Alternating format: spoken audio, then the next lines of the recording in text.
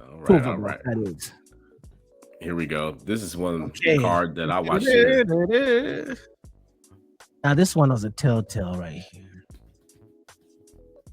We have Diego Pacheco versus Steven Nelson for the super middleweight belt. No, for super middleweight bout. Sorry, say belt. So this is Uh, the young prospect versus the wily veteran here. yeah. Um, LT, lead this one, please. All Yeah, right, do it. so man, quite frankly, if these are two bigger names, this fight would be appreciated more. Um, Steven Nelson, Terrence Crawford camp out of Omaha, Nebraska.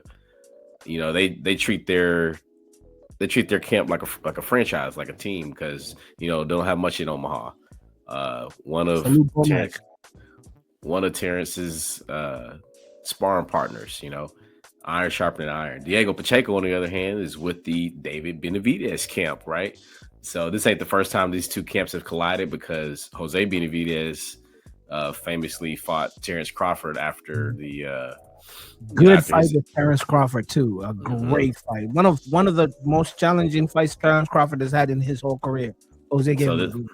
correct, and this was at the time when Jose was the premier and was the headliner coming out of the camp.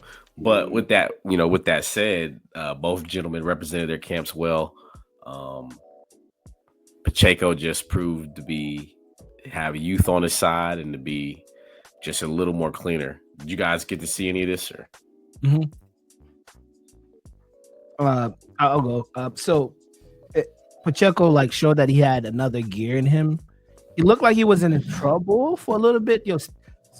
Steven Nelson. I'm sorry, I didn't know too much about him. Of course, we all know who Diego is, and what potential that he has from people talking about his size, structure, who he spars with, his style, and all sorts of things. And we are excited to see what type of fighter he fully develops to when he starts to get to his peak. So a lot of people are watching to see kind of like not to say the coming of age, but we are waiting for that. We've been waiting for this moment with Pacheco, because we saw Terrence Crawford talking crap to him and all that leading up, and it's all friendly banter.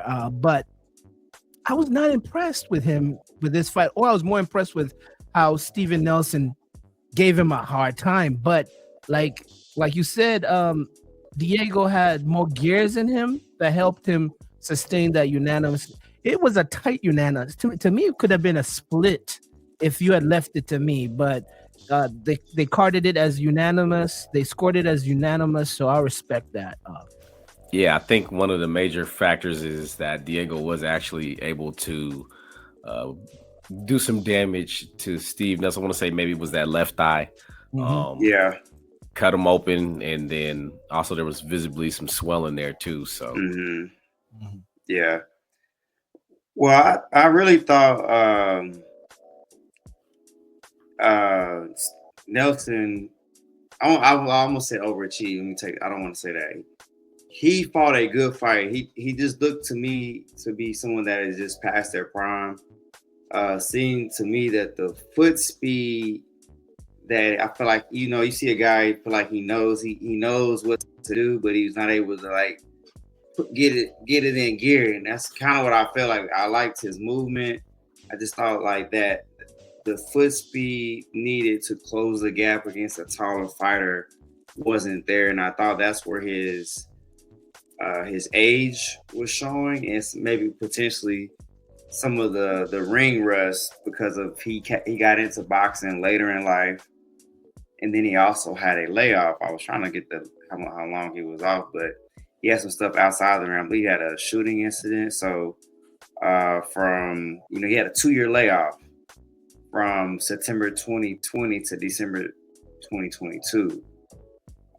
So starting your 20s, you have a layoff, get into this fight, biggest opportunity of your career, and you go against the young prospect, and the young prospect did just enough to edge him out. So But like Strap was saying, I thought I was gonna see a little bit more from Pacheco, coming off of the Selecki win with coming off a knockout victory. Me thinking that Selecki may have been a tougher opponent, but Steven Nelson showed a lot of savvy. Did more than just surviving. Just came up short. So, but it was good fight to watch. You know, I got some interest in the opponent, so we'll see. We'll see. Definitely would like to see Pacheco using that reach advantage more. But he definitely held true to the Benavidez camp and just kind of fought within, with inside of range. Right. All right.